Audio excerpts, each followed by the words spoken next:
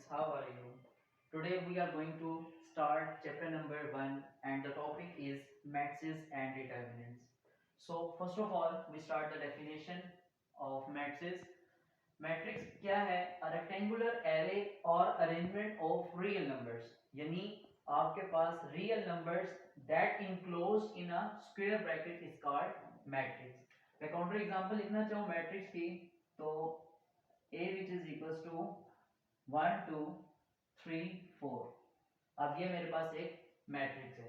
तो डेफिनेशन भी यही थी आपके पास कि अ रेक्टेंगुलर एरे और arrangement of a real numbers enclosed in a square bracket is called matrix. Next one, that is order of matrix. अब next हमारे पास जो बात आती है वो है order of matrix। तो matrix का order क्या है?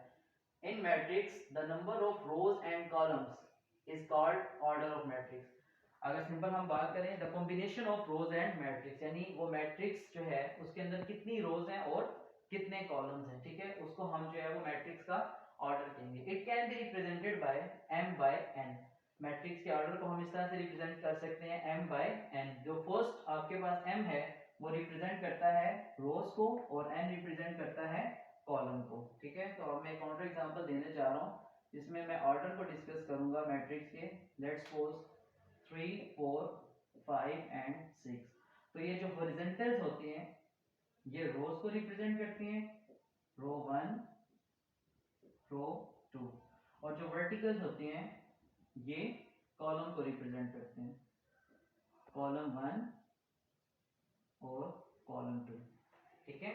तो इसके साथ नेक्स्ट आपके पास बात आती है वो है इक्वल मैट्रिक्स, ठीक है। इक्वल मैट्रिक्स क्या है? Two matrix are said to be equal. दो मैट्रिक्स को हम इक्वल तब कहेंगे जब their order will be same, उन दो मैट्रिक्स का ऑर्डर सेम होना चाहिए, और नेक्स्ट में their corresponding elements are same. Corresponding elements भी जब सेम होंगे तो उसको हम जो है वो इक्वल मैट्रिक्स कहेंगे। इसकी काउंटर एग्जांपल मैं देने जाऊं तो ए आपके पास मैट्रिक्स है 1 2 3 4, और इसी तरीके से बी एक मैट्रिक्स है, वो भी मैं इस तरह से लिखूं 1 4 माइनस 2 3 और 8 माइनस 4।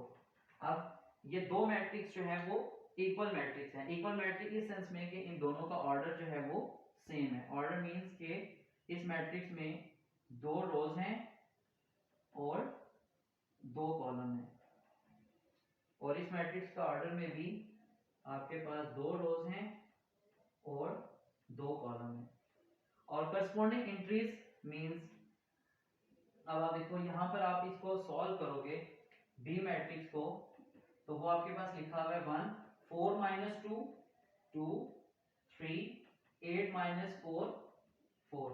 तो आप देख सकते हो कि ए मैट्रिक्स भी हमारे पास था 1 2 3 4 और बी मैट्रिक्स भी हमारे पास है 1 2 3 4, यानी इनका ऑर्डर भी सेम है और करस्पॉन्डिंग एलिमेंट्स भी सेम है। करस्पॉन्डिंग एलिमेंट्स को हम अगर फर्दर डिस्कस करें तो ये 1 लिखा हुआ है तो इसकी लोकेशन क्या है? ये फर्स्ट रो और फर्स्ट कॉलम के ऊपर लिखी हुई दिख रही है, और यहाँ पर ये जो 1 लिखा हुआ है बी मैट्रिक्स में इसकी लोकेशन भी क्या है? ये एलिमेंट फर्स्ट रो और फर्स्ट कॉलम पे लिखा हुआ है। इसी तरीके से मैं इस 4 को अगर इसकी लोकेशन बताना चाहूं तो ये आपके पास first second row second column के ऊपर लिखी हुई एंट्री है, और बी मैट्रिक्स में भी ये 4 सेकंड रो और सेकंड कॉलम के ऊपर लिखी हुई एंट्री है। तो ये करस्पॉन्डेंस एलिमेंट्स हैं, ठीक है, जिनको हम जो है वो इक्वल करते हैं। इसके बाद नेक्स्ट इसमें एक क्वेश्चन मैंने लिखा हुआ है find the value of m and n। अब आपके पास दो मैट्रिक्स हैं और वो इक्वल लिखे हुए, बीच में आपके पास इक्वलिटी का साइन है, तो अब हम इसमें से m और n की वैल्यू निकालेंगे। तो यहां पर हम जो है वो बाय यूजिंग, इसका मैं सॉल्यूशन स्टार्ट करता हूं by using law of equality, यानी आपके पास जो है दो मैट्रिक्स लिखे हैं और बीच में इक्वल साइन है, तो यहाँ पर आप m और n की वैल्यू निकालने जा रहे हैं तो आप लॉ ऑफ इक्वलिटी यूज करेंगे। लॉ ऑफ इक्वलिटी में आप करस्पॉन्डिंग एलिमेंट यानी m-1 जो है वो यहाँ पर फर्स्ट कॉलम के ऊपर जो एंट्री लिखी हुई है 3, वो 3 के इक्वल आएगा। इस तरीके से आप देख सकते हो 2 जो है वो इक्वल है 2 के, यहाँ पर ये 5 जो है ये इक्वल है 5 के, क्यों ना कि ये 5 यहाँ पर लेफ्ट हैंड साइड पे सेकंड रो सेकंड कॉलम के ऊपर लिखा हुआ है, और यहाँ पर राइट हैंड साइड पे भी ये 5 आपके पास सेकंड रो सेकंड कॉलम के ऊपर लिखा हुआ है, तो ये करस्पॉन्डेंस एलिमेंट है। और दूसरी आप यहाँ पर n-4 ये आपके पास सेकंड रो फर्स्ट कॉलम में लिखा हुआ है, और यहाँ पर राइट हैंड साइड पे ये -6 भी आपके पास सेकंड रो फर्स्ट कॉलम के ऊपर लिखा हुआ है, तो ये इसके इक्वल लिखा जाएगा।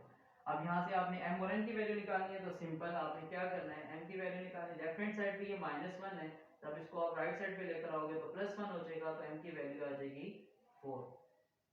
इसी तरीके से यहाँ पर आपने n की वैल्यू निकालनी है, यहाँ पर आपके पास आ जाएगा -6, लेफ्ट हैंड साइड पे ये -4 है, जब आप इसको राइट साइड पे लेकर आओगे तो ये +4 हो जाएगा और n की वैल्यू आ जाएगी -2। यानी इस तरीके से आप जो है वो m और n की वैल्यू निकाल सकते हो। और ये आपके पास टॉपिक आपका जो मैट्रिक्स और डिटर्मिनेंट का जो फर्स्ट टॉपिक है, ठीक है, जिसमें आपने डेफिनेशन के बारे में पढ़ा, इसके बाद ऑर्डर ऑफ मैट्रिक्स के बारे में पढ़ा, इक्वलिटी इक्वल मैट्रिक्स के बारे में पढ़ा, और इससे रिलेटेड एक शॉर्ट सा क्वेश्चन मैंने आपको यहाँ पर एक्सप्लेन कर दिया कि आप किस तरीके से जब दो मैट्रिक्स इक्वल लिखे हों तो वहां पर आप जो है जो भी आपके पास वेरिएबल होगा, जो अननोन वैल्यू होगी, उसकी वैल्यू आप इस तरीके से फाइंड आउट कर सकते हो। ठीक है, तो एक दफा मैं फिर इसको आपके लिए रिपीट कर देता हूँ डेफिनेशन को, कि डेफिनेशन आपके पास क्या थी, rectangular array or arrangement of real numbers enclosed in a square matrix is called matrix. उसके बाद इसका ऑर्डर था, ऑर्डर में हम ये देखते हैं कि वो मैट्रिक्स जो है वो कितनी रोज और कितने कॉलम्स पे मुश्तमिल है। लेट्स सपोज यहाँ पर इस मैट्रिक्स का ऑर्डर आपके पास जो है वो 2 बाय 2 है, यानी इसमें आपके पास 2 रोज हैं और 2 कॉलम है। जो फर्स्ट डिजिट है वो रो को रिप्रेजेंट करता है और जो सेकंड डिजिट है वो कॉलम को रिप्रेजेंट करता है। इसी तरीके से नेक्स्ट आपके पास आ जाता है इक्वल मैट्रिक्स, और ये बेसिकली दो मैट्रिक्स के दरमियान में होता है कि दो मैट्रिक्स को हम तब इक्वल कह सकते हैं कि जब उनका ऑर्डर सेम होगा और second one their corresponding elements are same, तो उनके करस्पॉन्डिंग एलिमेंट्स जब सेम होंगे। तो स्टूडेंट इसके बाद हम नेक्स्ट टॉपिक में डिस्कस करेंगे टाइप्स ऑफ मैट्रिक्स। तो आज के लिए आपका लेक्चर जो था वो इन्हीं चीज़ों से रिलेटेड था, और इसके नेक्स्ट लेक्चर में मैं आपको टाइप्स ऑफ मैट्रिक्स के बारे में एक्सप्लेन करूंगा। ओके स्टूडेंट्स, अल्लाह हाफिज़।